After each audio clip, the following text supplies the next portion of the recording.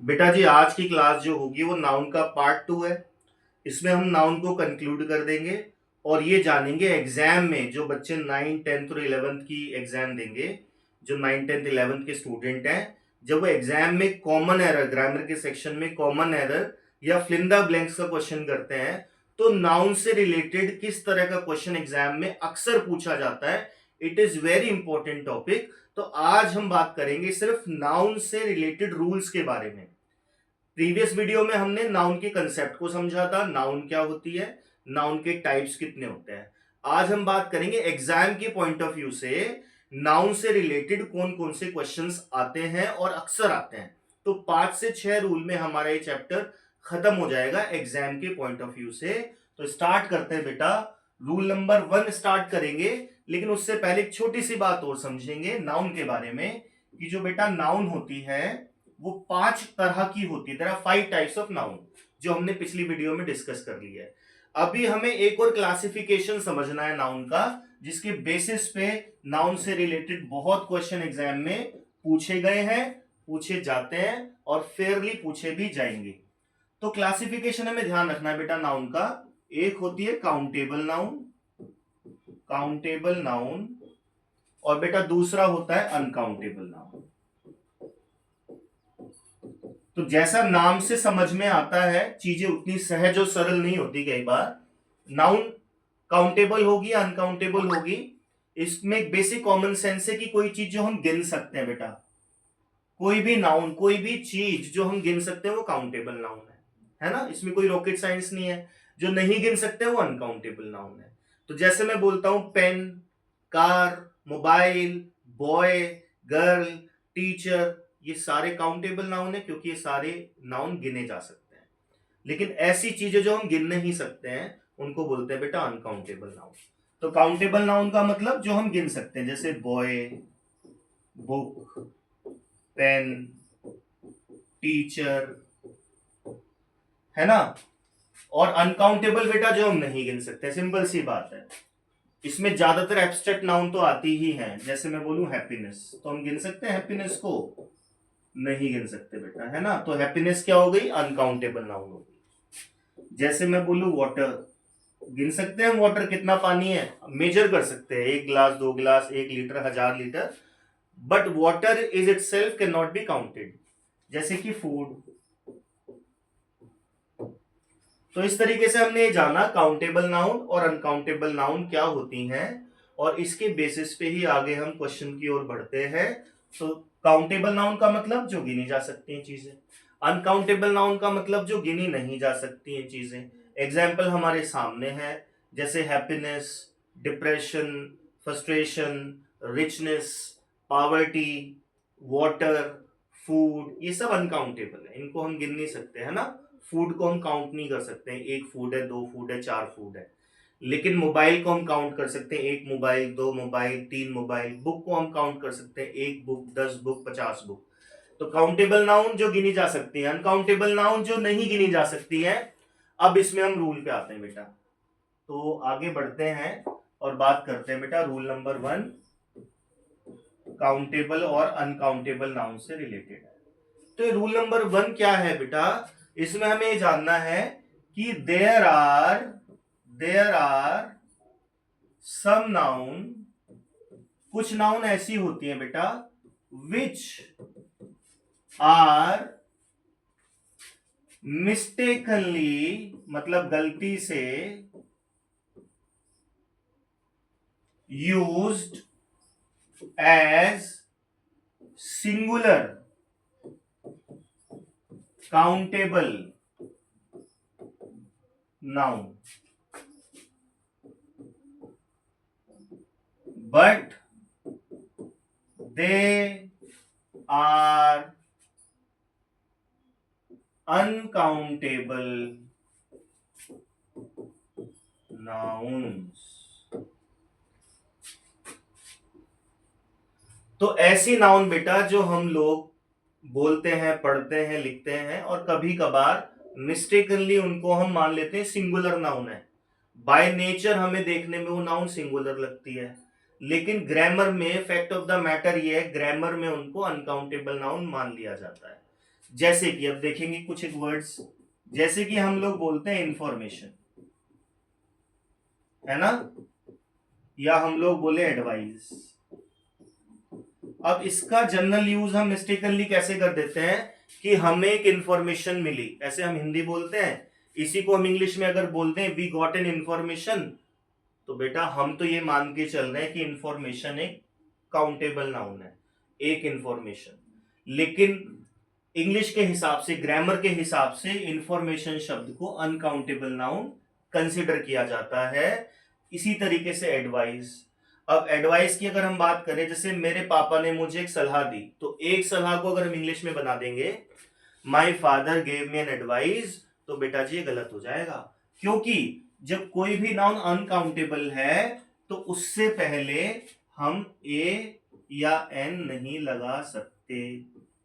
इसका मतलब इंफॉर्मेशन से पहले या एडवाइस से पहले या कुछ एक और अनकाउंटेबल नाउन है जो हमें काउंटेबल प्रतीत होती है, उससे पहले हम आर्टिकल नहीं लगा सकते हैं।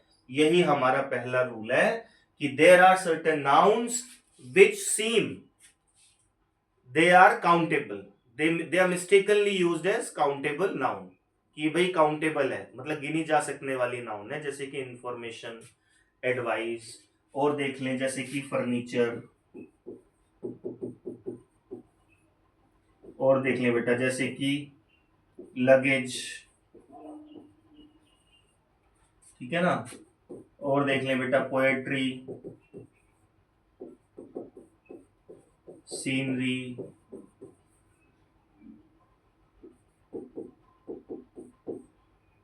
और ज्वेलरी। अब बेटा जी ये जो नाउन मैंने लिखी 6-7 है, एग्जाम के लिए अगर आप 9th 10th 11th में पढ़ रहे हैं तो ये बार बार पूछे जाने वाले नाउन है, बार बार पूछे जाने वाले वर्ड्स हैं। तो इसमें हमें क्या ध्यान रखना है बेटा, इन 7 वर्ड से पहले जो 7 नाउन मैंने लिखी है, information, advice, furniture, luggage, poetry, scenery, jewellery, इनसे पहले ना तो हम ए एन लगाएंगे, पहला पॉइंट। दूसरा, ना ही इन वर्ड में हम एस लगा सकते। इंफॉर्मेशंस नहीं होगा, एडवाइजेस नहीं होगा, फर्नीचर्स नहीं होगा, ठीक है, पोएट्रीज नहीं होगा। अगर है तो इसका मतलब वो गलत है। तो सिंगुलर काउंटेबल नाउन के तौर पर यूज की जाने वाली ऐसी नाउन जो ग्रामर में अनकाउंटेबल मानी जाती हैं, उनसे पहले ना तो हमें ए और एन लगाना है, ठीक है जी, और ना ही हमें उसमें वर्ब में, मतलब जो नाउन है, ना ही उसमें हमें एस या ई एस या आई एस लगाना है। तो ये पहला रूल है। कुछ क्वेश्चंस देख लेते हैं बेटा एग्जाम में किस तरह से क्वेश्चन बन सकता है। जैसे एग्जाम्पल आया कि आपको एरर फाइंड करनी है, ठीक है, रूल नंबर 1 का एग्जाम्पल दे रहा हूं, ठीक है, और एरर फाइंड करनी है, और सेंटेंस है कि police got an information about the accused and they arrested him. तो बेटा ये सेंटेंस है, इसमें हमें एरर फाइंड करनी है कि police got an information about the accused and they arrested him. अब इस सेंटेंस में क्या हो रहा है बेटा, हमने देखा पुलिस गॉट इंफॉर्मेशन, पुलिस को इंफॉर्मेशन मिली। अभी हमने रूल किया है कि बेटा इंफॉर्मेशन जो वर्ड है वो दिखने में बेशक सिंगुलर लगे, लेकिन उसको हम अनकाउंटेबल वर्ड की तरह ट्रीट करते हैं अकॉर्डिंग टू ग्रामर। तो इस हिसाब से जो एन लगा हुआ है बेटा ये नहीं लगना चाहिए, यानी कि इस वाले पार्ट में एरर हो गई, ये हमने एरर फाइंड कर ली है बेटा। तो अगर इंफॉर्मेशन से पहले एन लगा है तो भी गलत है, और इंफॉर्मेशन के साथ एस लगा है तो भी गलत है। अगर इंफॉर्मेशन होता कि पुलिस गॉट द इंफॉर्मेशन तो भी गलत हो जाता। ऐसे ही बेटा एक एग्जाम्पल हम देख सकते हैं एडवाइस के बारे में कि I want to give you an advice, तो बेटा ये गलत हो गया। हिंदी हमें समझ आ रही है कि मैं तुम्हें एक सलाह देना चाहता हूं, पर उस एक सलाह को अगर मैं एन एडवाइस कर दूंगा तो बेटा गलत हो जाएगा। सलाह को ग्रामर में अनकाउंटेबल नाउन के तौर पर ट्रीट किया जाता है। तो सलाह को इंग्लिश में ग्रामर में एडवाइस जो वर्ड है उसको अनकाउंटेबल माना जाता है। मतलब ये लॉजिक है इंग्लिश के हिसाब से कि भाई हम इंफॉर्मेशन की बात कर रहे हैं या हम एडवाइस की बात कर रहे हैं, तो इंफॉर्मेशन या एडवाइस की अपनी कोई फॉर्म तो है नहीं। मतलब ये ऐसी चीज नहीं जिसको हम देख पा रहे हैं, हम गिन लें कि एक इंफॉर्मेशन रखी है दूसरी इंफॉर्मेशन रखी है, तो वो एक एब्स्ट्रैक्ट चीज है। एब्स्ट्रैक्ट चीज मतलब जिसको हम देख नहीं सकते हैं, एब्स्ट्रैक्ट चीज मतलब जिसको हम टच नहीं कर सकते हैं। तो इसीलिए इंफॉर्मेशन और एडवाइस, जैसे हम सलाह देते हैं वो भी एक एब्स्ट्रैक्ट चीज है। हम एडवाइस को केवल ऑब्जर्व करते हैं या फील करते हैं, अंडरस्टैंड करते हैं, उसको देख या टच नहीं कर सकते। इसी लॉजिक के हिसाब से कहा जाता है इंफॉर्मेशन और एडवाइस अनकाउंटेबल नाउन है। बेशक हम हिंदी में बोलते टाइम इनको काउंटेबल की तरह यूज कर ले। तो इंफॉर्मेशन के साथ ना तो एस लगेगा, पहली बात, ऐसी एडवाइस में ना तो एस लगेगा और ना ही इनसे पहले एन आएगा। तो इंफॉर्मेशन एडवाइस और इसके अलावा जैसे हमने भी एग्जाम्पल बताए थे ना, इंफॉर्मेशन हो गया, एडवाइस हो गया, इसी तरीके से फर्नीचर या लगेज, पोएट्री, सीनरी, ज्वेलरीज या ज्वेलरी, तो ये बाकी के जो 5 वर्ड हैं इनमें कभी भी एस ई एस नहीं लगेगा। यानी फर्नीचर्स कहीं लिखा है तो गलत हो जाएगा, लगेजेस लिखा है तो गलत हो जाएगा, सीनरीज लिखा है तो गलत हो जाएगा, ज्वेलरीज लिखा है तो गलत हो जाएगा।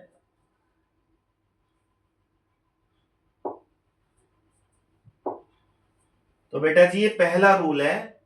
7 वर्ड मैंने बताए हैं, इन 7 वर्ड से पहले ना तो हमें ए और एन लगाना है और ना ही इनके साथ एस या एस लगाना है। इस रूल से, रूल नंबर 1 से जो क्वेश्चन आता है बेटा एग्जाम में, ये जो रूल नंबर 1 है कि there are certain noun which mistakenly used as countable noun but fact of the matter is they are uncountable noun as far as grammar is concerned. तो इससे जो क्वेश्चन आएगा फिल इन द ब्लैंक्स में rare आता है, इससे question error finding में आता है। बेसिक सा क्वेश्चन है, लास्ट बार इसको देख लेते हैं। ये 7 वर्ड आपके सामने रखे हैं, information, advice, furniture, luggage, poetry, scenery और ज्वेलरी। ना तो इनसे पहले ए आएगा या एन आएगा और ना ही इन वर्ड्स में एस या ईएस लगाएंगे। अगर ऐसा कहीं एग्जाम में क्वेश्चन दिखता है, you can simply find the error and you can secure your 1 marks. तो बेटा जी अब हम आगे बढ़ेंगे रूल नंबर 2 पे। रूल नंबर 2 पर, अभी रूल नंबर 2 क्या है बेटा? रूल नंबर 2 में एक बेसिक सी चीज हमें सीखनी है कि अगर कोई सेंटेंस वन ऑफ से शुरू होता है तो उसके बाद हमेशा प्लूरल नाउन आती है बेटा, प्लूरल नाउन। अभी हमने बात की ना काउंटेबल और अनकाउंटेबल नाउन की, तो अनकाउंटेबल नाउन तो इसमें हम हटा ही देंगे क्योंकि हम प्लूरल उसी का बना सकते हैं जो काउंटेबल है। तो वन ऑफ के बाद हमेशा प्लूरल नाउन आएगी, ये बात पक्की है। और प्लूरल नाउन मतलब बहुवचन, एक से ज्यादा। जैसे वन ऑफ माई फ्रेंड नहीं होगा, वन ऑफ माई फ्रेंड्स होगा। और इसके बाद जो हेल्पिंग वर्ब आएगी वो सिंगुलर आएगी बेटा। यहां तक कि अगर हेल्पिंग वर्ब नहीं आ रही है, वर्ब आ रही है, तो वो भी सिंगुलर वर्ब आएगी। ठीक है जी। तो वन ऑफ के बाद हमेशा प्लूरल नाउन आती है, प्लूरल मतलब बहुवचन आता है। उसके बाद हेल्पिंग वर्ब सिंगुलर आएगी, उसके बाद वर्ब भी सिंगुलर आएगी, उसके बाद ऑब्जेक्ट जो आएगा सेंटेंस को, जो जो भी इस तरीके से सेंटेंस आगे बढ़ेगा वो चलेगा। तो अब एग्जाम्पल देख लेते हैं। फिल इन द ब्लैंक्स में भी क्वेश्चन आ सकता है, एरर फाइंडिंग में भी क्वेश्चन आ सकता है। कैसे? जैसे क्वेश्चन आया वन ऑफ माई फ्रेंड्स, अब दे देगा ब्लैंक और आगे लिखा हुआ है selected in Delhi police.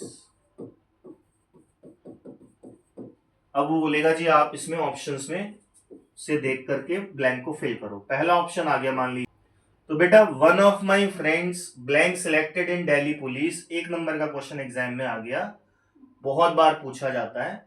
4 option देगा कि one of my friends have been, दूसरा ऑप्शन दे दिया हैज बीन, तीसरा ऑप्शन दे दिया वर और फोर्थ ऑप्शन दे दिया मान लीजिए आर। अब हम रूल को रेफर करेंगे कि बेटा वन ऑफ के बाद प्लूरल नाउन आनी चाहिए, तो आ रखी है one of my friends, plural है, सही बात है। अब हेल्पिंग वर्ब सिंगुलर आनी चाहिए। अब इधर ऑप्शन देख लेते हैं। अब आप मुझे ये बताओ, क्या हैव बीन एक सिंगुलर हेल्पिंग वर्ब है? नहीं। क्या वर एक सिंगुलर हेल्पिंग वर्ब है? नहीं। क्या आर एक सिंगुलर हेल्पिंग वर्ब है? नहीं। तो सिंगुलर हेल्पिंग वर्ब क्या होती है बेटा? हैज हैव में से हैज। तो इसका आंसर क्या हो जाएगा? Has been.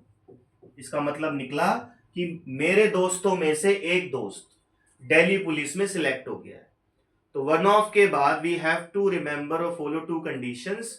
The noun should be plural and the helping verb should be singular. एक छोटा सा इसमें नोट डाउन करके हम चीज को समझ लेंगे, एक नोट समझ लेते हैं अगर कंफ्यूजन हो, कि भाई सिंगुलर हेल्पिंग वर्ब क्या होती है। सिंगुलर हेल्पिंग वर्ब क्या होती है? तो प्रेजेंट टेंस में अगर हम बात करें, प्रेजेंट इंडेफिनिट में तो हेल्पिंग वर्ब आती ही नहीं है, सब्जेक्ट के बाद सीधा वर्ब आता है, जैसे I go, I think. Continuous में इज एम आर आता है तो इज सिंगुलर हो गया। परफेक्ट में हैज हैव आता है तो हैज सिंगुलर हो गया। पास्ट कॉन्टिन्यूस में वाज वर आता है तो वाज सिंगुलर हो गया। बस ये जो तीन हेल्पिंग वर्ब है ये सिंगुलर हेल्पिंग वर्ब है। इज, हैज और वाज, ये singular helping verb. Singular helping verb कौन सी होती है? जिसमें इज, हैज और वाज ये सिंगुलर है, आर प्लूरल होती है ना। हैज हैव में से हैव प्लूरल हेल्पिंग वर्ब होती है, वाज वर में से वर प्लूरल होता है, वाज सिंगुलर होता है। तो वन ऑफ के बाद नाउन प्लूरल आएगी और हेल्पिंग वर्ब या तो इज आएगी या हैज आएगी या वाज आएगी। और अगर हेल्पिंग वर्ब नहीं आ रही तो सीधा वर्ब अगर आ रही है तो बेटा सिंगुलर वर्ब देख लेते हैं क्या होती है। सिंगुलर वर्ब किसे कहते हैं? सिंगुलर वर्ब बेटा हम प्रेजेंट इंडेफिनिट टेंस पढ़ते हैं तो वो कुछ इस तरीके का होता है कि सब्जेक्ट के बाद वर्ब में एस लगाते हैं और फिर ऑब्जेक्ट लगाते हैं, है ना। ये प्रेजेंट इंडेफिनिट टेंस होता है, प्रेजेंट इंडेफिनिट। तो जैसे हम बोलते हैं कि आई गो और ही गोस। तो जब वर्ब में एस और ईएस लग जाता है, प्रेजेंट इंडेफिनिट में पर्टिकुलरली, तो जब वर्ब में एस ईएस लग जाता है, यानी वर्ब में एस या ईएस लग जाता है, कब लगता है वर्ब में एस ईएस? जब सब्जेक्ट ही, शी किसी का नाम हो या सिंगुलर हो। इसलिए जब वर्ब में एस ईएस लग जाता है तो उसको सिंगुलर वर्ब कहते हैं। इसका भी हम एग्जाम्पल भी देखेंगे। तो अगर वर्ब में एस ईएस लग गया तो सिंगुलर वर्ब हो गई, और वर्ब में एस ईएस नहीं लगा तो प्लूरल वर्ब हो गई। तो सिंगुलर वर्ब का मतलब ये होता है कि जब वर्ब में हम एस या ईएस लगा देते हैं। तो मैं बोलता हूं कि I dance but he dances, तो आई डांस में डांस कैसी वर्ब है? प्लूरल। और ही डांसेस में डांसेस कैसी वर्ड है, कैसी नाउन है या कैसी वर्ब है? सिंगुलर वर्ब है। तो जब वर्ब में एस या ईएस लग जाता है तो उसको हम बोलते हैं बेटा सिंगुलर वर्ब। अब हमने देखा वन ऑफ माई फ्रेंड के बाद सिंगुलर हेल्पिंग वर्ब चाहिए थी। इन चार ऑप्शन में से हैज बीन ही सिंगुलर बन रहा है, तो हमारा आंसर हो गया has been selected in Delhi police. अब देखो एक दो एग्जांपल और देखते हैं। जैसे मैं बोलूं कि वन ऑफ माई टीचर्स, फिर ब्लैंक दे दिया, ठीक है। और ऑप्शन में यहां पे लिख देता हूं दो, थोड़ा क्लैरिटी के लिए। दो ऑप्शन है, one of my teacher scold me without, example है बेटा, एनी रीजन। ये कह रहा है कि वन ऑफ माई टीचर्स, कि मेरे टीचर्स में से एक टीचर मुझे डांटते हैं बिना बात के। अब डांटते हैं मतलब प्रेजेंट इंडेफिनिट हो गया, इसलिए इसमें कोई हेल्पिंग वर्ब नहीं आ रही, ये पूरा सब्जेक्ट है। इसमें ये वाला पार्ट सब्जेक्ट है और ये सीधा वर्ब आ रही है, कोई हेल्पिंग वर्ब नहीं आ रही। तो हमारे पास दो ऑप्शन है कि स्कोल्ड आएगा या स्कोल्ड्स आएगा। तो अभी हमने पीछे देखा कि वन ऑफ के बाद नाउन प्लूरल आएगी, हेल्पिंग वर्ब सिंगुलर आएगी। अगर हेल्पिंग वर्ब नहीं आ रही है तो वर्ब सिंगुलर आएगी। सिंगुलर वर्ब किसे कहते हैं? जिसमें एस या ईएस लगा हुआ होता है।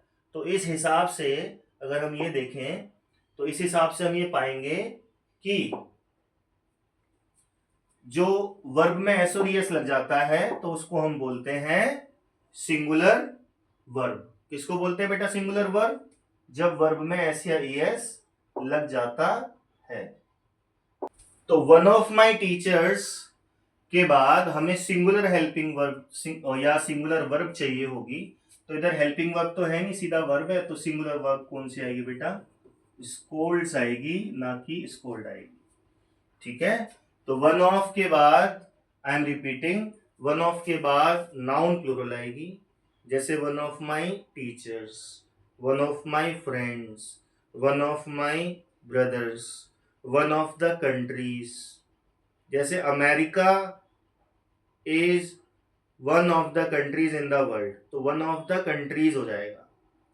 या वन ऑफ द पीपल, तो वन ऑफ के बाद प्लूरल नाउन आ गई है। अच्छा, हेल्पिंग वर्ब सिंगुलर आएगी, वर्ब सिंगुलर आएगी, हेल्पिंग वर्ब सिंगुलर आएगी, वर्ब सिंगुलर आएगी। इसका मतलब हेल्पिंग वर्ब इज, हैज या वाज आनी चाहिए और वर्ब में एस एस लगना चाहिए अगर सेंटेंस की शुरुआत वन ऑफ से हो रही है तो। ठीक है जी, तो अभी हम आगे बढ़ते हैं। वन ऑफ के मैंने 2 एग्जाम्पल करा दिए। अब इसी तरीके से ना, ये तो फिल इन द ब्लैंक्स के एग्जाम्पल मैंने कराया, कॉमन एरर में कैसे आ सकता है? देखो, एरर फाइंडिंग में कैसे आ सकता है? वन ऑफ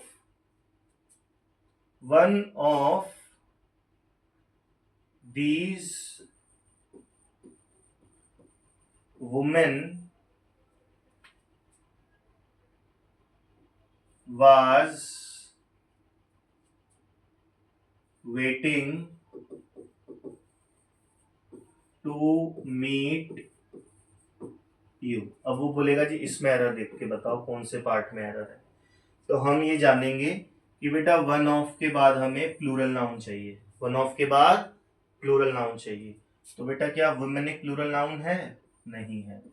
इसका मतलब ये एरर हो गई, हमने एरर को पकड़ लिया है। तो वुमेन एक सिंगुलर नाउन है जो कि वन ऑफ के बाद लगाना अप्रोप्रिएट नहीं होगा, वन ऑफ के बाद प्लूरल नाउन आएगी तो विमेन का प्लूरल हो जाएगा विमेन, जिसमें ए का ई बन जाएगा और तब जाके ये सेंटेंस हमारा ठीक होगा। इसका मतलब एरर करेक्शन में हमें 2 बातें ध्यान रखनी है कि वन ऑफ के बाद प्लूरल नाउन होनी चाहिए और हेल्पिंग वर्ब सिंगुलर होनी चाहिए। यहाँ हेल्पिंग वर्ब तो ठीक है लेकिन नाउन गलत दे रखी थी।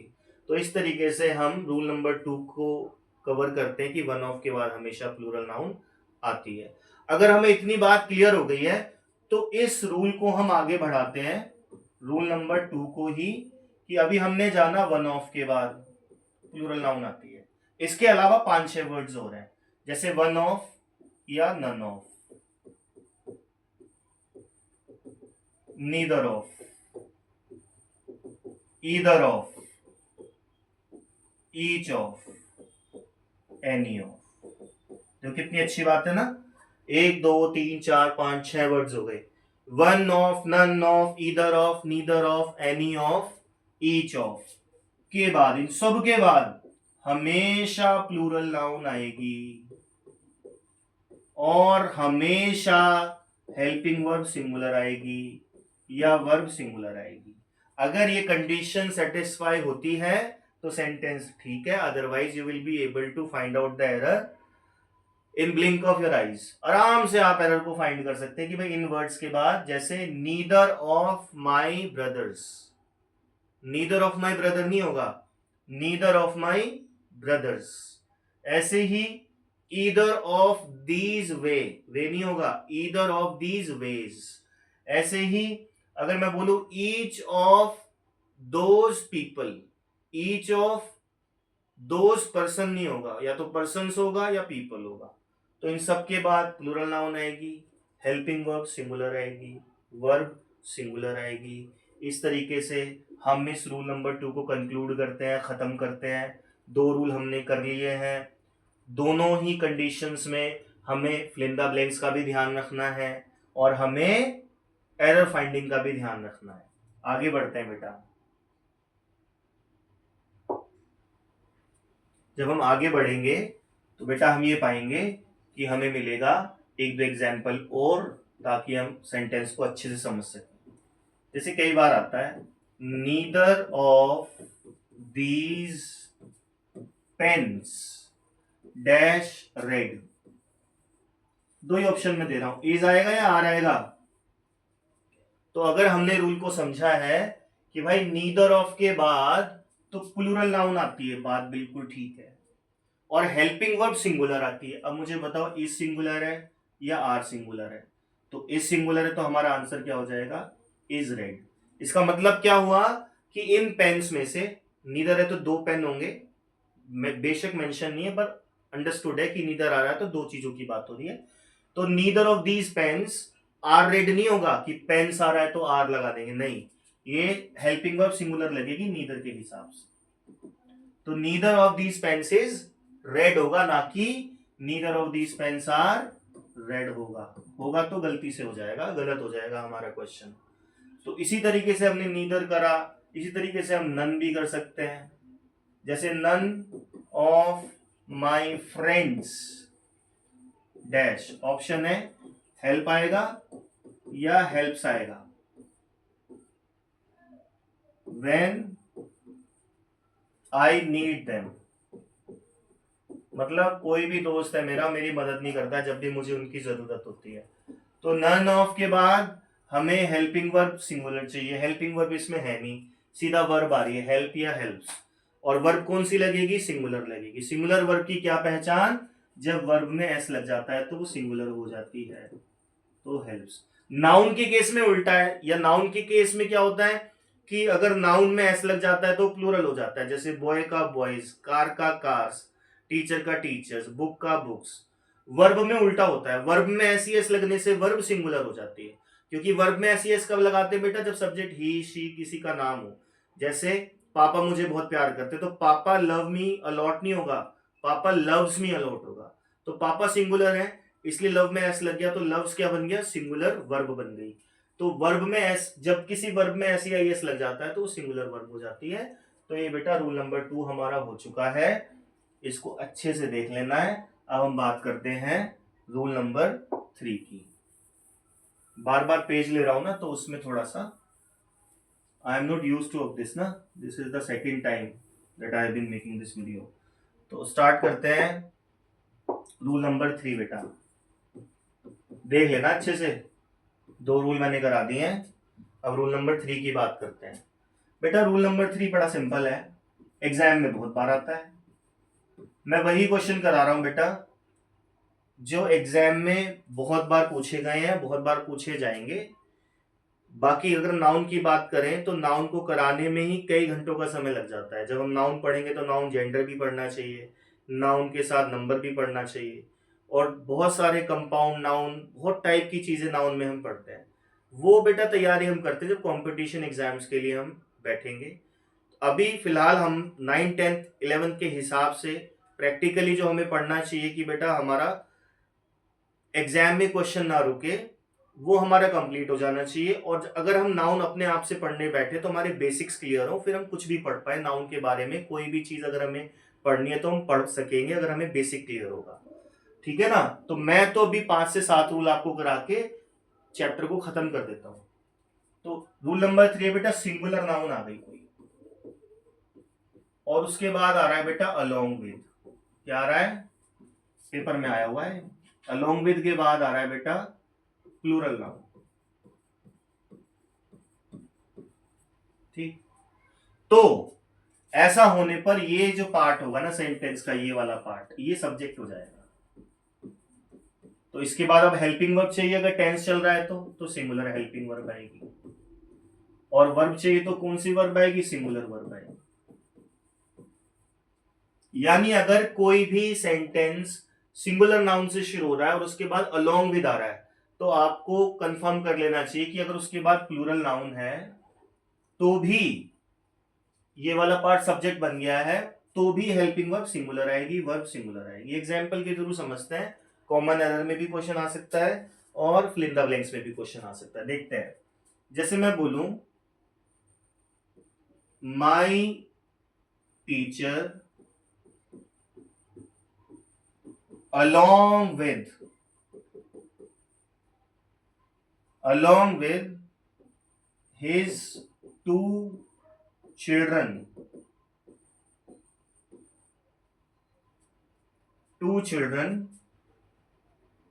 डैश, ऑप्शन है हैज लगेगा या हैव लगेगा, हैव कम टुडे, कि आज मास्टर जी हमारे जो सर हैं, टीचर हैं, वो अपने 2 बच्चों के साथ आए हैं, ठीक है। तो 3 लोग आए हैं ना, टीचर साहब आए हैं और उनके 2 बच्चे आए हैं। तो हमें अब यहाँ पे हेल्पिंग वर्ब लगानी है। ऑप्शन हमारे पास यहाँ पे हैव लगेगा या हैज लगेगा। तो कंसेप्ट क्या है कि सिंगुलर नाउन है माई टीचर, उसके बाद अलोंग विद आ गया, ये अलोंग विद आ गया, फिर प्लूरल नाउन भी आ गई, चिल्ड्रन आ गए। तो हेल्पिंग वर्ब क्या आएगी बेटा? सिंगुलर आएगी। तो हैव या हैज में से यहाँ पे क्या लगना चाहिए? हैज। कंसेप्ट क्या है कि अलोंग विद से पहले जो नाउन होगी, सिंगुलर है तो सिंगुलर, प्लूरल है तो प्लूरल, अलोंग विद से पहले जो नाउन होगी उसके बाद कितने ही लोग उसमें इंक्लूड हो जाएं, सब्जेक्ट हमारा ये वाला पार्ट रहेगा। टीचर साहब आए हैं बच्चों के साथ, यानी टीचर जो है वो मेन बन के चल रहे हैं, उनके हिसाब से हेल्पिंग वर्ब लगेगी। तो my teacher along with his 2 children has come होगा, ना कि हैव कम होगा। तो एरर फाइंडिंग में भी कर सकते हैं और फिल इन द ब्लैंक्स में भी हम इस रूल से क्वेश्चन कर सकते हैं। देखो एक दो एग्जांपल और देख लेते हैं। मैंने क्या बताया कि अगर कोई सिंगुलर नाउन है उसके बाद अलोंग विद आ रहा है, तो उसके बाद अलोंग विद के बाद कोई भी नाउन हो, हेल्पिंग वर्ब हमेशा सिंगुलर आएगी। एक और एग्जांपल देख लेते हैं।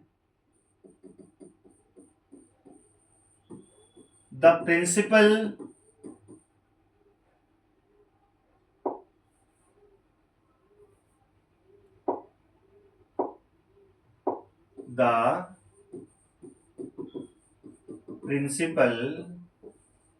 along with all the teachers dash present on the stage। अब देखो सुनने में लग रहा है कि प्रिंसिपल साहब सभी टीचर्स के साथ स्टेज पर हैं या थे, जो भी अभी हम ऑप्शन देंगे। तो ऑप्शन आ गए कि इसमें वाज लगाना चाहिए या वर लगाना चाहिए। तो बहुत सारे लोग हैं स्टेज पर, है ना, बहुत सारे लोग थे, टीचर्स भी थे बहुत सारे और प्रिंसिपल के साथ थे। तो बहुत सारे लोग थे स्टेज पर, लेकिन हमें देखना है कि इसमें अलोंग विद आ रहा है, अलोंग विद से पहले सिंगुलर नाउन आ रही है, तो वाज वर में से हमें सिंगुलर हेल्पिंग वर्ब चाहिए। तो सिंगुलर हेल्पिंग वर्ब क्या है? वाज।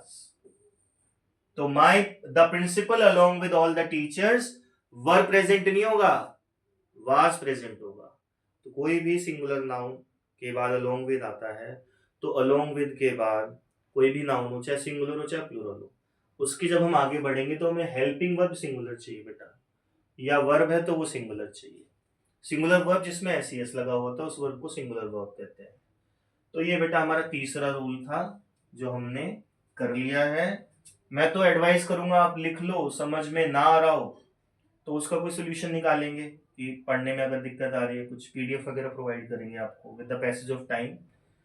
तो रूल नंबर 3 हम लोगों ने कर लिया है। अब एक छोटा सा रूल है, 3-4 मिनट में समझ में आ जाएगा, बहुत छोटा सा याद करने वाला रूल है और एग्जाम में क्वेश्चन आया हुआ है।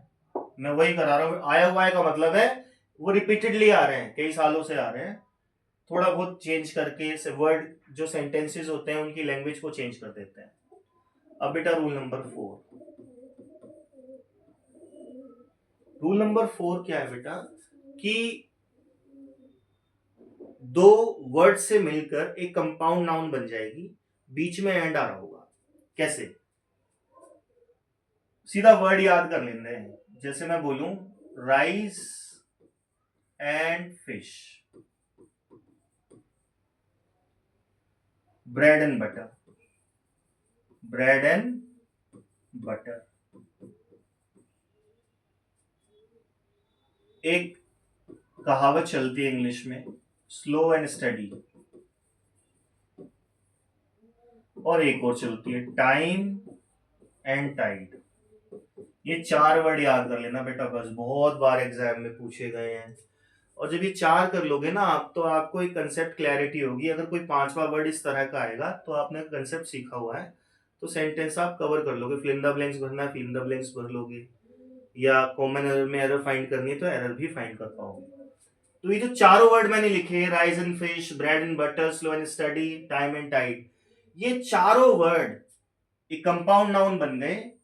और इन चारों वर्ड में दो अलग अलग शब्द है, राइस अलग है, फिश अलग है, ब्रेड अलग है, बटर अलग है, स्लो अलग है, स्टडी अलग है, टाइम अलग है, टाइट, दोनों अलग अलग वर्ड है।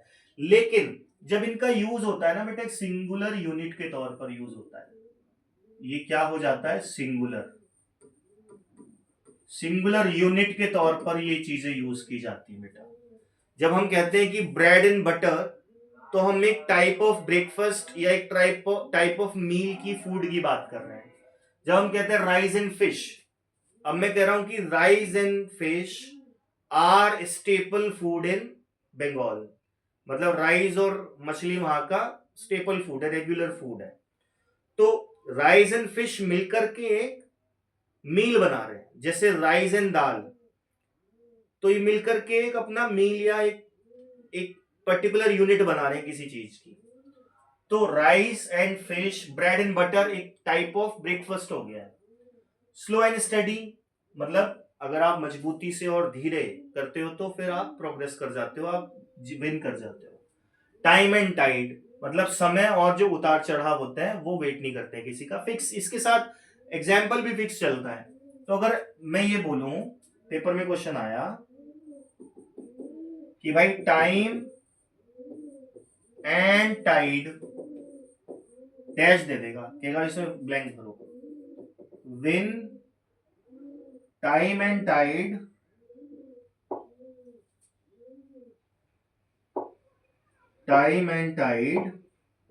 ब्लैंक दे दिया और दो ऑप्शन दे दिए, वेट और वेट्स फॉर नन। क्या कहना चाह रहा है, समय और जो टाइड होता है, जीवन के उतार चढ़ाव, वो किसी का इंतजार नहीं करते। टाइम वेट्स फॉर नन, समय किसी का इंतजार नहीं करता है। तो ये दो अलग अलग बातें दिख रही है, टाइम अलग दिख रहा है, टाइड अलग दिख रहा है, लेकिन बेटा इसको एक फ्रेज के तौर पर सिंगुलर यूनिट के हिसाब से यूज किया गया है। तो जब ये सिंगुलर हो चुका है तो इसके साथ जो वर्ब आएगी वो सिंगुलर आएगी। अब वर्ब सिंगुलर क्या होती है, जिसमें एस लग जाता है, वेट में तो एस नहीं लग रहा, तो हमारा आंसर क्या हो जाएगा, वेट्स। तो time and tide waits for none. इसी तरीके से एग्जाम में क्वेश्चन आएगा बेटा। ये तीन और वर्ड है बेटा, फिल इन द ब्लैंक्स में जनरली आता है, एरर में भी पूछा जा सकता है क्वेश्चन, तो इसको हमें कर लेना चाहिए, छोटी सी बात है। जैसे मुहावरा है, पेपर में आ गया कि my teacher used to say that slow and steady win the race. कह रहा है जिसमें एरर ढूंढो, तो एरर क्या हो गई बेटा, एरर हो गई slow and study. Slow and study एक सिंगुलर यूनिट के तौर पर यूज हो रही है, चारों वर्ड है ना, इनको याद कर लेना, सिंगुलर यूनिट है। तो जब सिंगुलर है तो इसके बाद जो वर्ब है बेटा वो सिंगुलर आएगी, तो विन में क्या लग जाएगा, एस लग जाना चाहिए। यहां पे नहीं लगा, इसका मतलब हमने यहाँ पे एरर फाइंड कर ली है। स्लो एंड स्टडी विन नहीं होगा, स्लो एंड स्टडी विंस होगा, क्योंकि slow and study bread and butter, rice and fish की ही तरह सिंगुलर यूनिट के तौर पर कंसीडर की जाती है। तो इन चार वर्ड के बाद वर्ब सिंगुलर आएगी, हेल्पिंग वर्ब सिंगुलर आएगी। तो अगर मैं ये बोलूं, एक लास्ट एग्जांपल देखेंगे,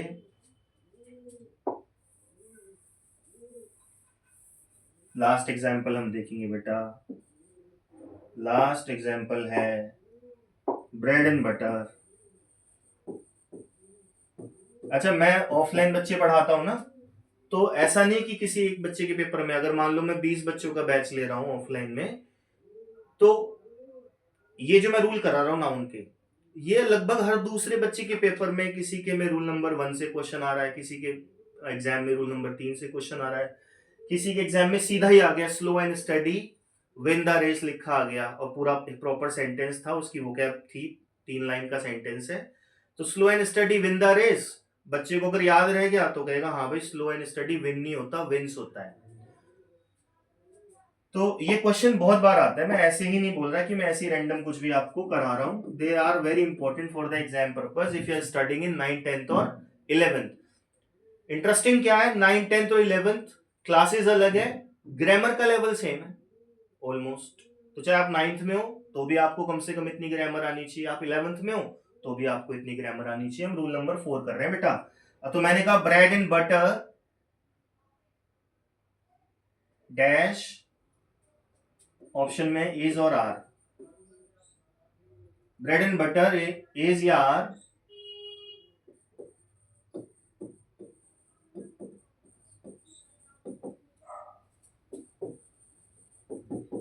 मैंने कहा bread and butter dash the breakfast that I like the most. ये ब्रेड एंड बटर वो ब्रेकफास्ट है जो मुझे बहुत पसंद है। तो ऑप्शन है इज आना चाहिए, आर आना चाहिए। ऑप्शन है हमारे पास इज और आर। तो ब्रेड एंड बटर एक सिंगुलर यूनिट के तौर पर यूज की जा रही है, इसलिए क्या लगा देंगे इज। इस बात से कंफ्यूज नहीं होना है, ब्रेड एंड बटर दो अलग अलग चीजें हैं, वो एक सिंगुलर यूनिट बन चुकी हैं, तो सिंगुलर हेल्पिंग वर्ब आएगी। तो बेटा हमने 4 रूल कर लिए हैं।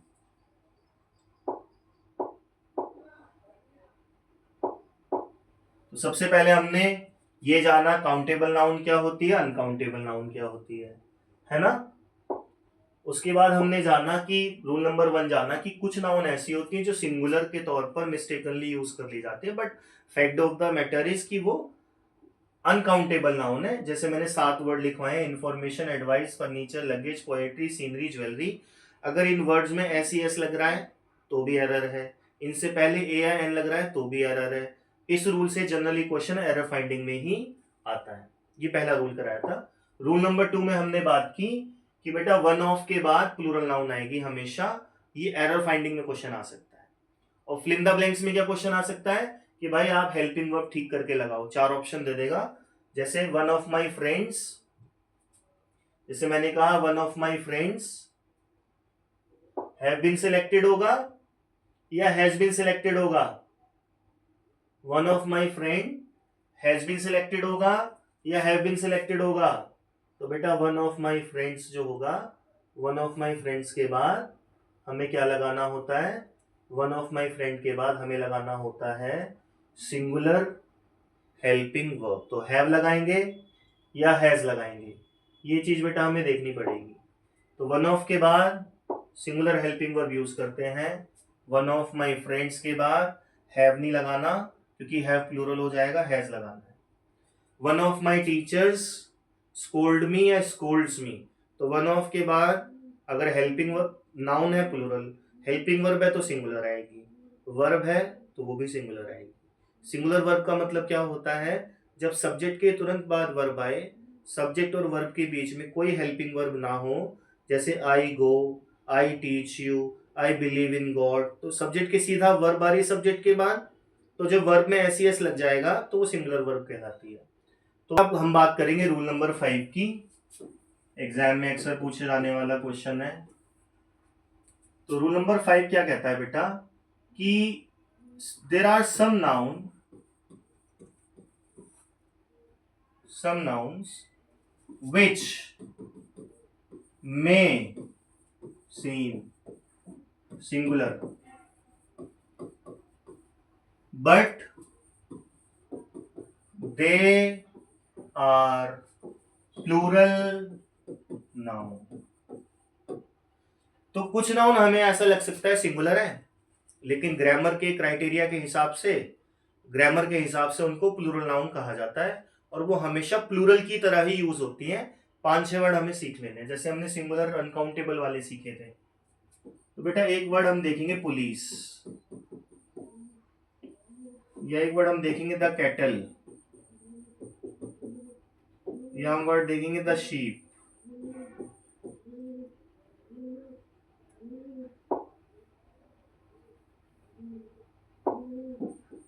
The sheep. एक वर्ड देखेंगे बेटा हम केवलरी,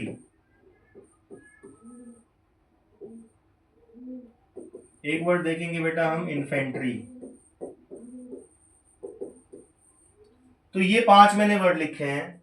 एग्जाम में पुलिस और कैटल और शीप बहुत पूछा जाता है, ये भी पूछा जा सकता है। तो ये जो 5 वर्ड है इनको आप लोग लिख लो, समझ लो।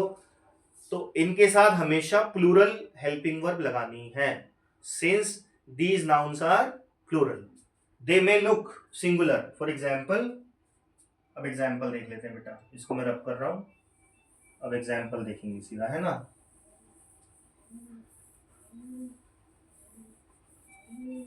एग्जाम्पल है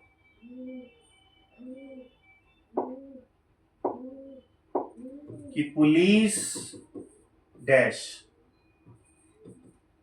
police dash registered an FIR against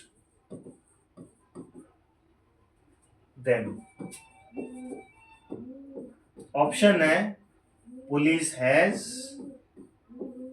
police was, police have या पुलिस हैव बीन। तो अभी हमने 5 वर्ड लिखे, police, the cattle, the sheep, inventory, infantry, infantry और कैवलरी। तो ये जो पांचों वर्ड्स हैं बेटा, ये पांचों वर्ड प्लूरल हैं। तो पुलिस के साथ हैज नहीं लगेगा और हैव नहीं लगेगा, क्योंकि हैज सिंगुलर है, वाज भी सिंगुलर है। बात करेंगे प्लूरल हेल्पिंग वर्ब की। तो प्लूरल हेल्पिंग वर्ब क्या है बेटा, इन चारों में हैव और हैव बीन। तो अगर मैं हैव और हैव बीन में से लगाना चाहूं तो मुझे क्या लगाना चाहिए, हैव, क्योंकि पुलिस सब्जेक्ट है और हैव हेल्पिंग वर्ब है, और फिर वर्ब आती है। यानी जब सब्जेक्ट हमें पता है कि पुलिस सब्जेक्ट है तो हम हैव बीन नहीं लगाएंगे, क्योंकि हैव बीन के बाद थर्ड फॉर्म पैसिव वॉइस में आती है। और पैसिव वॉइस किसे कहते हैं, जिसमें सब्जेक्ट नहीं होता, ऑब्जेक्ट होता है या सब्जेक्ट बाद में आता है बाय लगा के। तो इसमें तो पुलिस ने कुछ काम किया है ना, तो पुलिस सब्जेक्ट है, ऑब्वियस दी हुई है। तो पुलिस के बाद सीधा हेल्पिंग वर्ब लगाएंगे, और कौन सी हेल्पिंग वर्ब लगाएंगे, प्लूरल। तो पुलिस हैज नहीं होगा, पुलिस हैव होगा। तो देखो कई बार सुनने में लगता है कि पुलिस इज कमिंग, पुलिस आ रही है भाई, गलत हो जाएगा, क्योंकि पुलिस को हम प्लूरल नाउन के तौर पे ट्रीट करते हैं, तो सही होना चाहिए पुलिस आर कमिंग। ऐसे ही अगर मैं बोलूं कि इन्फेंट्री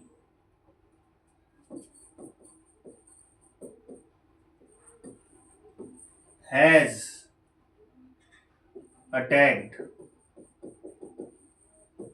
मतलब इन्फेंट्री ने अटैक कर दिया है। इन्फेंट्री मतलब जो पैदल सैनिकों की टुकड़ी होती है उसको इन्फेंट्री बोलते हैं। तो ये तो प्लूरल होनी चाहिए। अभी हमने 5 वर्ड जो सीखे हैं, तो हैज की जगह क्या आएगा, हैव। लास्ट और देख लेते हैं बेटा।